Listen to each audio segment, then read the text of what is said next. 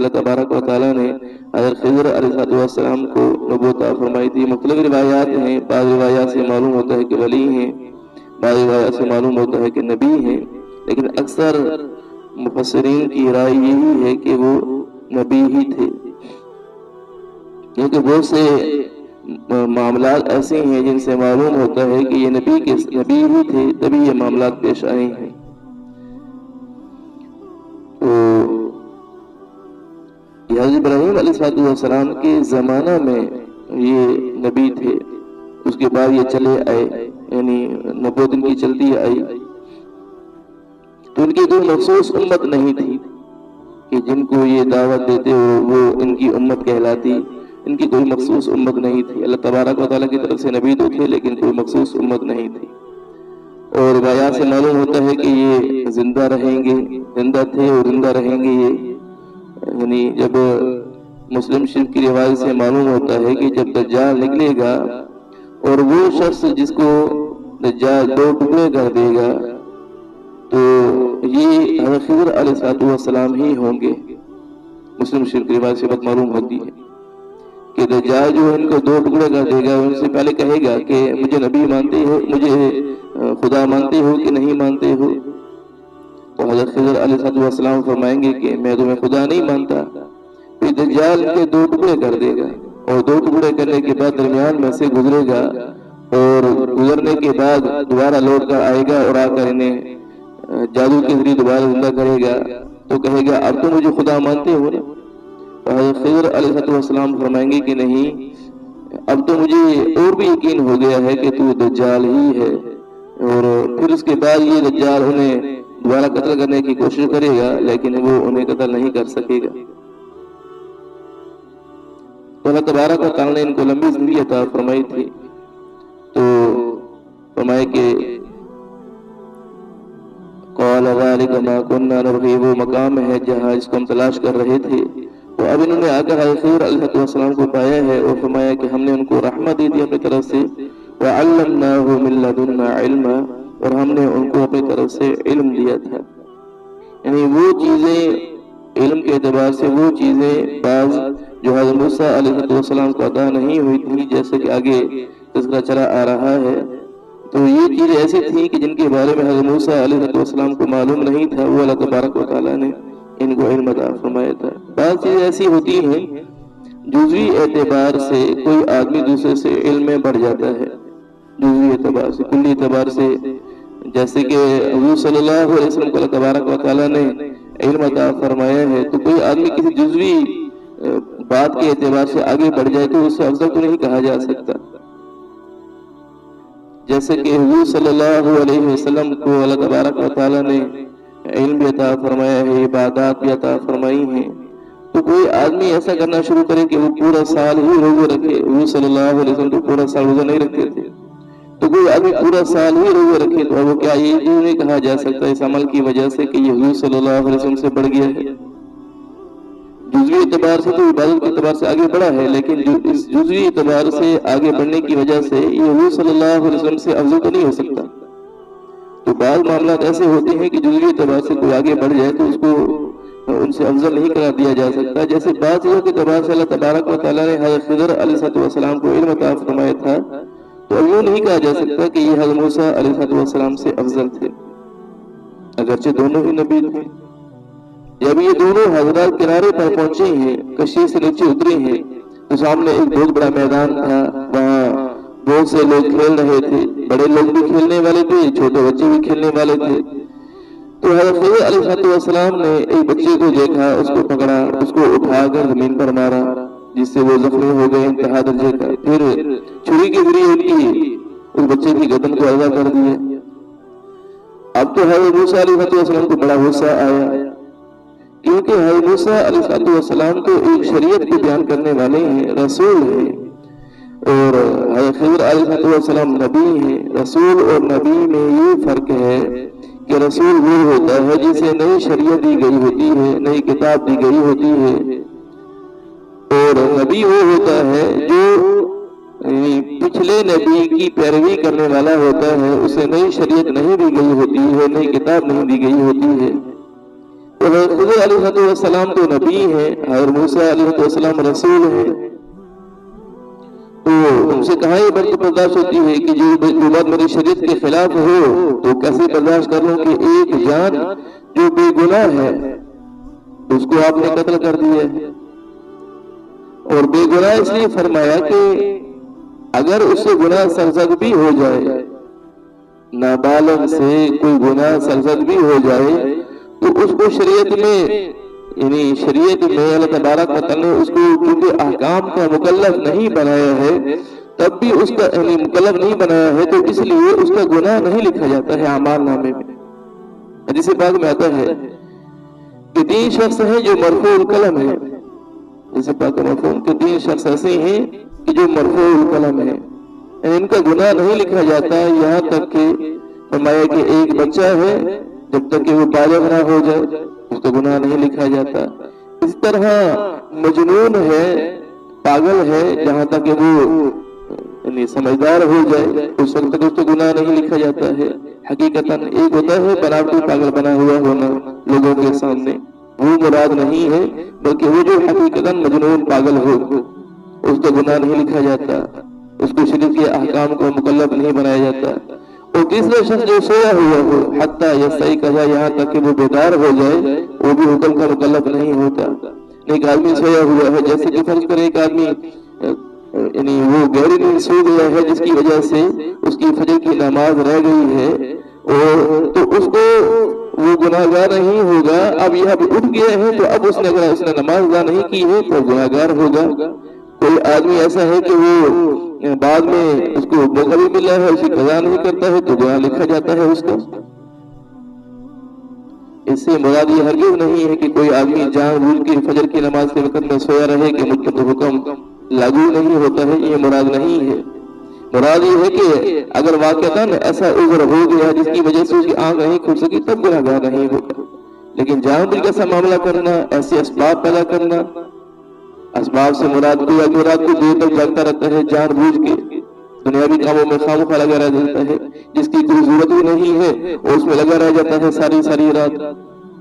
جیسے کہ ہمارے ہیں بہت بڑی بیماری موبائل کی ہے جس میں رات بھر لگے رہتے ہیں، صبح کی نماز قضا ہو رہی ہوتی ہے، تو یہ احکام کا مکلف ہے، یہ غیر مکلف شمار نہیں ہوگا۔ تو جیسے یعنی عذر سے مراد جیسے حضور صلی اللہ علیہ وسلم حضرات صلی اللہ علیہ وسلم رضی اللہ تعالی عنہ مجمعین ایک سفر میں تھے، تو حضور صلی اللہ علیہ وسلم نے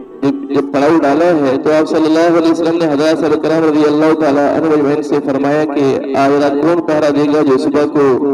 ہمیں بیدار کر دے سب کو نماز کے لیے۔ اب سارے کے سارے صحابہ کرام رضی اللہ تعالیٰ عنہ مجمعین آرام کرنے کے لیے لیٹ گئے۔ حضرت بلال رضی اللہ تعالیٰ عنہ نے حضور صلی اللہ علیہ وسلم سے اجازت لے کر پہرا دینا شروع کیا کہ صبح کو میں جگا دوں گا سب کو۔ تو حضرت بلال رضی اللہ تعالیٰ عنہ ایسی حالت میں بیٹھ گئے، یعنی اونٹ کے ساتھ ٹیک لگا کر جس طرف سے سورج طلوع ہوتا تھا، یعنی مشرق کی جانب ہمارے ہاں جیسے ہے تو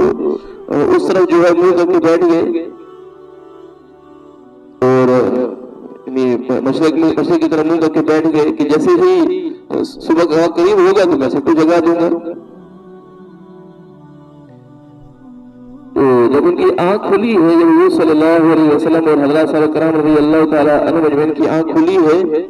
تو وقت کافی گزر چکا تھا، یعنی صبح کی نماز کا وقت گزر چکا تھا، نماز قضا ہو چکی تھی، دھوپ جو ہے وہ نکل چکی تھی۔ تو حضور صلی اللہ علیہ وسلم نے باقی صحابہ کرام کو بھی بیدار کیا، آپ صلی اللہ علیہ وسلم بھی اٹھے، حضرت بلال رضی اللہ تعالیٰ عنہ بھی ان کو اٹھایا، اور آپ صلی اللہ علیہ وسلم نے ان سے فرمایا کہ آپ کی ذمہ داری تھی سب کو بیدار کرنا۔ تو انہوں نے عرض کیا یا رسول اللہ جس ذات نے آپ کو سلا دیا اسی ذات نے مجھے بھی سلا دیا۔ تو حضور صلی اللہ علیہ وسلم حضرات صلی اللہ رضی اللہ تعالیٰ عنہ ان کو وہاں سے لے کر چلے، فرمایا کہ یہ منحوس وادی ہے، یہاں سے چلے کسی اور جگہ آگے تشریف لے کر وہاں جا کر آپ صلی اللہ علیہ وسلم نے پوری صحابہ کرام کو جماعت کی شکل میں نماز ادا کرائی قضا کی صورت میں۔ تو یہ ہے ایک عذر کہ واقعتاً سفر کی تھکاوٹ تھی، اس کی وجہ سے آنکھ لگی، بیدار نہ ہو سکے، یہ ایک عذر ہے۔ ہمارے یہاں جو عذر بیان کیا جاتا ہے کہ یعنی ایک آدمی ساری رات موبائل میں لگا رہا ہے، فضول میں لگا رہا ہے، اور صبح کو آنکھ نہیں کھلی ہے تو یہ کہے کہ میرا یہ عذر ہے، تو یہ اس کا عذر شمار نہیں ہوگا شدر کی نظر میں. تو دونوں باتوں کو الگ الگ رکھنا چاہیے. تو یہ دونوں حضرات جب چلے تو جب یہ ایک بستی کے پاس پہنچے ہیں، پتہ نہیں کتنے دنوں میں پہنچے، اس میں کوئی یعنی وقت کی تحدید نہیں کی گئی کسی حدیث پاک میں یا قرآن پاک کی آیت میں. تو یہ جب کسی بستی میں پہنچے ہیں تو ان دونوں نے، ان تینوں حضرات نے ان بستی والوں سے کھانا طلب کیا. فَأَبَوْا أَن يُضَيِّفُوهُمَا، تو ان بستی والوں نے ان کی ضیافت کرنے سے انکار کر دیا، کھانا دینے سے انکار کر دیا. بظاہر اس کی وجہ یہ معلوم ہوتی ہے کہ چونکہ یہ دونوں حضرات،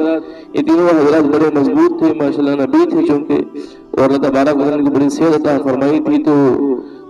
ان لوگوں نے دیکھا کہ یہ صحت مند ہے اور صحت مند ہونے کے باوجود سوال کر رہے ہیں، تو ان کو تو خود کما کے کھانا چاہیے، یہ ہم سے سوال کر رہے ہیں. تو حدیث پاک سے احادیث کی روشنی میں بات معلوم ہوتی ہے کہ آدمی جب صحت مند ہے تو اس کے لیے سوال کرنا ویسے ہی جائز نہیں ہے. اور حدیث پاک میں آتا ہے کہ جو آدمی مال کو بڑھانے کی نیت سے جو آدمی سوال کرتا ہے، تو حدیث پاک میں آتا ہے کہ قیامت کے دن آئے گا تو اس کے چہرے پہ گوشت نہیں ہوگا، محض ہڈی ہوگا. لوگوں کو سوال اس لیے کر رہا ہے تاکہ میرا مال بڑھ جائے، یعنی ضرورت مند نہیں ہے. ضرورت مند کے لیے سوال کرنا جائز ہے. ضرورت مند سے مراد جس کے گھر میں ایک وقت کھانے کا موجود نہ ہو، ایک وقت بھی موجود کھانے کا موجود نہ ہو، تو اس کے لیے سوال کرنا جائز ہے. وہ ضرورت مند ہے، وہ کما نہیں سکتا ہے تو ضرورت مند ہے وہ.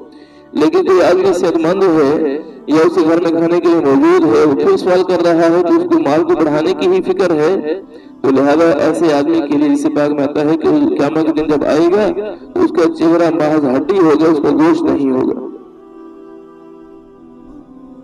تو اس لیے جب ان لوگوں نے دیکھا کہ یہ تو صحت مند ہے تو ان کے لیے سوال کرنا جائز نہیں ہے، یہ کیوں سوال کر رہے ہیں، تو ان لوگوں نے کھانا دینے سے انکار کر دیا. لیکن انہیں تو معلوم نہیں تھا کہ یہ تو بزرگ حضرات ہیں، یہ تو نبی ہیں اور ان کی رحمت کرنی چاہیے. اللہ نے موقع عطا فرمایا ہے تو فرمایا کہ فَأَبَوْا أَن يُضَيِّفُوهُمَا فَوَجَدَ فِيهَا جِدَارًا. ان دونوں نے، ان تینوں حضرات نے وہاں پر بستی میں ایک دیوار کو دیکھا، اونچی دیوار تھی، لیکن یرید ان ينقض فاقام. جب انہوں نے دیکھا کہ وہ تو جو دیوار ہے اونچی سی ہے لیکن وہ قریب ہے کہ وہ گر پڑے گی، تو حضرت خضر علیہ السلام نے اس کو سیدھا کر دیا، ٹھیک کر دیا. اس کو ٹھیک کیسے کیا؟ اسے روایات سے معلوم ہوتا ہے کہ معجزہ کے طور پر ہاتھ کے ذریعے دیوار پر اشارہ کیا تو دیوار سیدھی ہو گئی. اللہ تبارک و تعالیٰ نے ان کو یہ معجزہ عطا فرمایا. قال لو شئت لاتخذت عليه اجرا. حضرت موسیٰ علیہ السلام نے فرمایا کہ اگر آپ چاہتے تو اس پر ان سے اجر بھی طلب کر سکتے تھے. آپ چاہتے تو ان سے کہہ دیتے کہ ہم آپ کو دیوار سیدھی کر رہے ہیں تو لہٰذا آپ ہمیں کھانا کھلا دیں، اجر کے طور پر ان سے کھانا حاصل کر سکتے تھے. آپ نے وہ بھی ان سے نہیں مانگا. تو یہاں پر خضر علیہ السلام نے فرمایا ھذا فراق بینی و بینک، یہ میرے اور آپ کے درمیان میں جدائی ہے. یعنی 3 دفعہ یعنی ہم نے آپ کو منع کیا لیکن پھر بھی آپ نے سوال کیا. سأنبئک بتأویل ما لم تستطیع علیہ صبرا. حضرت خضر علیہ السلام نے فرمایا کہ اب میں آپ کو ان چیزوں کے بارے میں خبر دیتا ہوں جس پر آپ صبر نہیں کر سکے. اب میں آپ کو اس کے بارے میں خبر دیتا ہوں. اما سفینہ، تو بہرحال جو کشتی کا معاملہ ہے کہ کشتی میں نے سوراخ کیوں کیا تھا، فکانت لمساکین، وہ کشتی جو تھی وہ کچھ مسکین لڑکوں کی تھی. تو روایات سے معلوم ہوتا ہے کہ وہ 10 افراد تھے ایک گھر کے اور ان کا گزر بسر اس کشتی کی مزدوری پر ہی تھا. یعملون فی البحر، وہ جو بچے تھے ان کے وہ کشتی میں سمندر میں کام کرتے تھے، یعنی کشتی چلاتے تھے، لوگوں کو حاصل کرتے تھے، اسی پر گزر بسر تھا. فَأَرَدْتُ أَنْ أَعِيبَهَا، تو میں نے اس کو عیبدار بنا دیا. عیبدار بنانے کا ارادہ کیا. اس کی وجہ کیا بنی ہے؟ وَكَانَ وَرَاءَهُمْ مَلِكٌ، اس سمندر کے بعد اگلا جو جہاں اترنا تھا وہاں پر ایک بادشاہ تھا. تو یأخذ کل سفینۃ غصبا، وہ بادشاہ یوں کرتا تھا کہ ظلم کے ذریعے لوگوں کی کشتیوں پر، لوگوں کے سواریوں پر قبضہ کر لیتا تھا. تو یہ بادشاہوں کا معاملہ چلا آتا ہے کہ یہ ظلم کرتے ہیں اور لوگوں کو مجبور کر دیتے ہیں معاملات کے اندر، جس کی وجہ سے لوگ مجبور ہو جاتے ہیں، حالانکہ ان کا حق نہیں ہوتا کہ ویسا کریں. جیسے یہ بادشاہ ایسا معاملہ کر رہا تھا کہ لوگوں کی کشتیوں پر قبضہ کر لیتا تھا، ایک مہینہ، دو مہینہ، تین مہینے، کئی مہینے تک ان کو اپنے پاس روکے رکھتا تھا، نہ اجرت دیتا تھا، نہ کچھ کرتا تھا، جس کی وجہ سے لوگوں کو بڑی پریشانی ہوتی تھی۔ تو اس لیے سوراخ کر دیا کہ اس سوراخ کرنے سے جو اس کے کارندے تھے وہ دریا کے کنارے، سمندر کے کنارے پھرتے رہتے تھے، جب وہ دیکھیں گے کہ کشتی صحیح سالم نہیں ہے، عیبدار ہے، تو لہذا وہ کشتی کو چھوڑ دیں گے، اور اس طرح یہ مہینوں کی بجائے یہ تھوڑی دیر کے بعد کشتی کو صحیح کر لیں گے، اس کو دوبارہ تختہ لگا دیں گے، ٹھیک ہو جائے گی۔ تو یہ لوگ مہینوں کی پریشانی سے بچ جائیں گے، تو اس لیے میں نے اس کو عیبدار بنا دیا تھا تاکہ عیبدار کشتی کو دیکھ کر وہ اس کو چھوڑ دے، یہ مقصود تھا۔ اور لڑکے کو قتل کر دیا تھا، اس کی قتل کرنے کی کیا وجہ بنی؟ تو فرمایا کہ وَأَمَّا الْغُلَامُ فَكَانَ أَبَوَاهُ مُؤْمِنَيْنِ، کہ جو لڑکا تھا جس کو قتل کیا ہے، اس کے والدین ایمان والے تھے، مومن تھے، سچے پکے مسلمان تھے۔ فَخَشِينَا أَن يُرِيقَهُمَا طُغْيَانًا وَكُفْرًا، اور یہ لڑکا جس کی طبیعت میں کفر تھا، نافرمانی تھی، تو ہمیں اس بات کا گمان ہوا کہ چونکہ اس کے والدین سے بڑی محبت کرتے ہیں، تو کہیں ایسا نہ ہو کہ یہ لڑکا اپنے والدین کو کفر پر مجبور کر دے اور وہ دونوں ایمان والے اپنے ایمان کو چھوڑ بیٹھے، کفر کو اختیار کر لیں۔ اس لیے مشیت خداوندی کی وجہ سے ہم نے اس کو قتل کر دیا۔ تو فرمایا کہ فَخَشِينَا أَن يُرِيقَهُمَا طُغْيَانًا وَكُفْرًا، کہ ہم ڈرے اس بات سے کہ وہ سرکشی اور کفر کرتے ہوئے والدین کو مجبور کر دے گا۔ فَأَرَدْنَا أَن يُبْدِلَهُمَا رَبُّهُمَا خَيْرًا مِّنْهُ زَكَاةً وَأَقْرَبَ رَحْمًا، تو فرمایا کہ ہم نے اس بات کا ارادہ کیا کہ ان دونوں کو اللہ تبارک و تعالیٰ، ان دونوں کا رب ان کو اس سے بہتر بدلہ عطا فرمائیں گے، اور وہ بدلہ پاکیزگی کے اعتبار سے بھی ہوگا اور والدین پر شفقت کے اعتبار سے بھی ہوگا۔ اس لڑکے کو تو ہم نے قتل کر دیا، لیکن اللہ تبارک و تعالیٰ اس کا بدلہ انہیں عطا فرمائیں گے۔ تو روایات سے بات ملتی ہے کہ اللہ تبارک و تعالیٰ نے اس بچے کے والدین کو ایک لڑکی عطا فرمائی بعد میں، اور اس کے بدن سے اللہ تبارک و تعالیٰ نے، بعض روایات سے معلوم ہوتا ہے کہ ایک نبی پیدا فرمائے، بعض روایات سے معلوم ہوتا ہے کہ دو نبی اللہ تبارک و تعالیٰ نے ان کے بدن سے عطا فرمائے۔ تو یہ بہترین بدلہ تھا اس لڑکے کی بنسبت۔ اس سے بات معلوم ہوئی کہ بعض کام ایسے جو اللہ تبارک و تعالیٰ کی طرف سے بندے کو پیش آتے ہیں، بندہ ناپسند کر رہا ہوتا ہے، لیکن اس میں بڑی خیر ہوتی ہے، اس کے بدلہ اللہ تبارک و تعالیٰ عطا فرماتے ہیں۔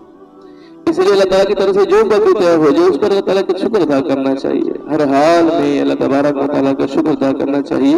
اللہ تبارک و تعالیٰ نے بعض دفعہ غربت عطا فرمائی ہوتی ہے، اس غربت کے پیچھے کتنی برائیوں سے حفاظت ہوتی ہے، بندہ اس کو جان نہیں سکتا۔ بعض دفعہ اللہ تبارک و تعالیٰ مالداری عطا فرماتی ہے کہ اس بندے کے غریب ہونے میں کئی مصیبتوں کا، پریشانیوں کا اندیشہ تھا، اس سے اللہ تبارک و تعالیٰ نے محفوظ رکھا۔ تو بندے کو ہر حال میں اللہ تبارک و تعالیٰ کا شکر ادا کرتے رہنا چاہیے۔ پچھلی آیت میں آیا کہ اللہ تبارک و تعالیٰ نے یعنی جو مسکین لڑکے تھے ان کی کشتی کو عیبدار بنایا۔ تو مسکین کی تعریف کیا ہے کہ مسکین کسے کہا جاتا ہے؟ تو ہمارے یہاں تو یہ سمجھا جاتا ہے کہ جو یعنی جس کے پاس بالکل کچھ نہ ہو، یعنی اس کو مسکین کہا جاتا ہے۔ مسکین ایسا نہیں، بلکہ مسکین شریعت کی نظر میں وہ شمار ہوتا ہے کہ جس کے پاس ضروری سامان موجود ہو لیکن وہ بقدر نصاب کو نہ پہنچے، یعنی نصاب سے مراد جو جس پر زکوٰۃ فرض ہوتی ہے، اتنے نصاب کو مال نہ پہنچتا ہو، اس سے کم ہو، تو وہ بھی شریعت کی نظر میں مسکین شمار ہوتا ہے۔ ان لڑکوں کو اللہ تبارک و تعالیٰ نے مساکین فرمایا ہے، تو ان کے پاس کشتی موجود تھی، ضرورت کے بقدر اس سے ضرورت اپنی پوری ہو سکتی تھی، لیکن بقدر نصاب کو نہیں پہنچتی تھی کہ ضرورت اصلیہ میں مشغول تھی۔ جو سامان ضروریہ ہوتا ہے زکوٰۃ کے مسئلے کے اعتبار سے، جو سامان ضروری سامان ہوتا ہے تو اس پر زکوٰۃ جو ہے لاگو نہیں ہوتی ہے اس کے اوپر۔ ایک آدمی کے پاس سونا، چاندی، نقدی مال تجارت، یہ چار چیزیں موجود ہیں، لیکن اس کے علاوہ ضروری سامان بھی گھر میں موجود ہے۔ جیسے مثال کے طور پر ایک آدمی کے پاس سونا، چاندی، یہ چار چیزیں موجود ہیں، اس کا حساب لگا دیا اس نے۔ اگر اس کے پاس گاڑی موجود ہے، 2 گاڑیاں موجود ہیں گھر کے اندر، تو ان دو گاڑیوں پر زکوٰۃ واجب نہیں ہوگی کہ یہ گھر کی ضرورت میں داخل ہے، اگر ان کی قیمت کتنی زیادہ ان کی قیمت ہے، لیکن اس کے اوپر زکوٰۃ فرض نہیں ہوگی چونکہ یہ ضرورت اصلیہ میں داخل ہے۔ یا کسی کے پاس 2-3 موٹر سائیکل ہیں، گھر کے افراد ہیں تو 2-3-4 موٹر سائیکل ہیں، وہ سارے کے سارے گھر میں استعمال ہوتے ہیں، تو گھر والے افراد اس کو استعمال کرتے ہیں، تو یہ ضرورت اصلیہ میں داخل ہے۔ کسی آدمی کے 3-4 گھر ہیں جو اس نے کرائے پر دے رکھے ہیں، تو یہ ضرورت اصلیہ میں داخل ہے۔ ہاں، اس کا جو کرایہ ہے، مثال جو آمدنی ہے، اس کا حساب لگائیں گے کہ حساب کو پہنچتا ہے یا نہیں پہنچتا، لیکن ان گھروں کی قیمت کا حساب نہیں لگایا جائے گا کہ یہ گھر کے چونکہ 4 گھر ہیں، ان کی قیمت لگائی جائے، اس کو زکوٰۃ فرض ہوگی، ایسا نہیں ہے، یہ ضرورت اصلیہ میں داخل ہے۔ تو فرمایا کہ یہ مسکین لڑکے تھے جن کی کشتی کو حضرت خضر علیہ السلام نے عیبدار بنا دیا تھا۔ اور تیسرا معاملہ جو یہ پیش آیا ہے کہ حضرت خضر علیہ السلام نے لوگوں کی ضیافت نہ کرنے کے باوجود انہوں نے دیوار کو سیدھا کر دیا، تو اس کی بنیادی وجہ یہ تھی کہ یہ جو دیوار تھی یہ یتیم بچوں کی تھی اور اس کے نیچے خزانہ تھا۔ تو حضرت خضر علیہ السلام نے اللہ تبارک و تعالیٰ کی منشا سے اس دیوار کو سیدھا کر دیا تاکہ جو اس کے نیچے خزانہ ہے وہ محفوظ رہے، کیونکہ ان کی جو کفالت کرنے والا شخص تھا وہ کہیں گیا ہوا تھا، جسے معلوم تھا کہ اس کے نیچے خزانہ ہے، اگر وہ ہوتا تو خود اس کی حفاظت کرتا۔ تو اس لیے حضرت خضر علیہ السلام نے یہ کوشش کی کہ یہ دیوار سیدھی ہو جائے، اور جب یہ بڑے ہو جائیں گے تو خود اپنے خزانے کو یہاں سے نکال لیں گے۔ اور چونکہ ان بچوں کا والد جو تھا مومن تھا، نیک صالح شخص تھا، اس لیے اللہ تبارک و تعالیٰ کی طرف سے یہ فیصلہ ہوا۔ تو اسی بات معلوم ہوئی کہ جب والدین نیک صالح ہوں تو اللہ تبارک و تعالیٰ ان کی اولادوں کی حفاظت فرماتے ہیں۔ تو جو چاہتے ہوں کہ ہماری اولادیں وہ اللہ تبارک و تعالیٰ کی حفاظت میں رہیں، شیطان سے محفوظ رہیں، برے رستوں سے محفوظ رہیں، تو ان کا خود نیک صالح ہونا بھی ضروری ہے۔ تو یہ ساری چیزیں دیکھنا ضروری ہوتا ہے۔ قرطبی شریف میں واقعہ نقل کیا ہے، علامہ شبلی رحمہ اللہ تعالیٰ فرماتے تھے کہ میں اس شہر اور پورے علاقے کے لیے امان ہوں۔ جب ان کی وفات ہو گئی تو ان کے دفن ہوتے ہی دیلم کے جو کفار تھے انہوں نے دریا دجلہ کو عبور کیا اور بغداد پر قبضہ کر لیا۔ تو اس وقت لوگوں کی زبان پر یہ بات تھی کہ ہم پر 2 مصیبتیں اکٹھی آئی ہیں۔ ایک مصیبت تو یہ آئی ہے کہ علامہ شبلی رحمہ اللہ تعالی ان کی وفات ہو گئی،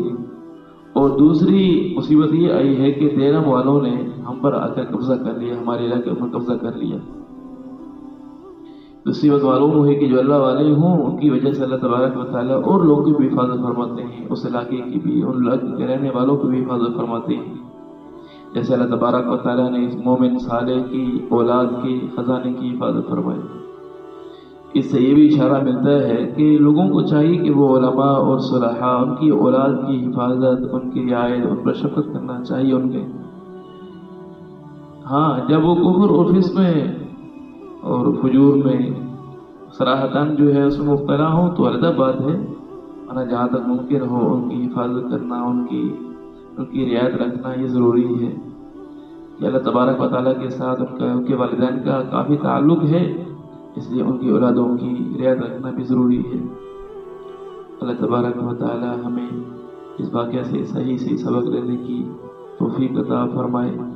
اور اپنے احکامات پر چلنے کی توفیق عطا فرمائے، اور اپنے حبیب صلی اللہ علیہ وسلم کی سنتوں کو چلنے کی توفیق عطا فرمائے۔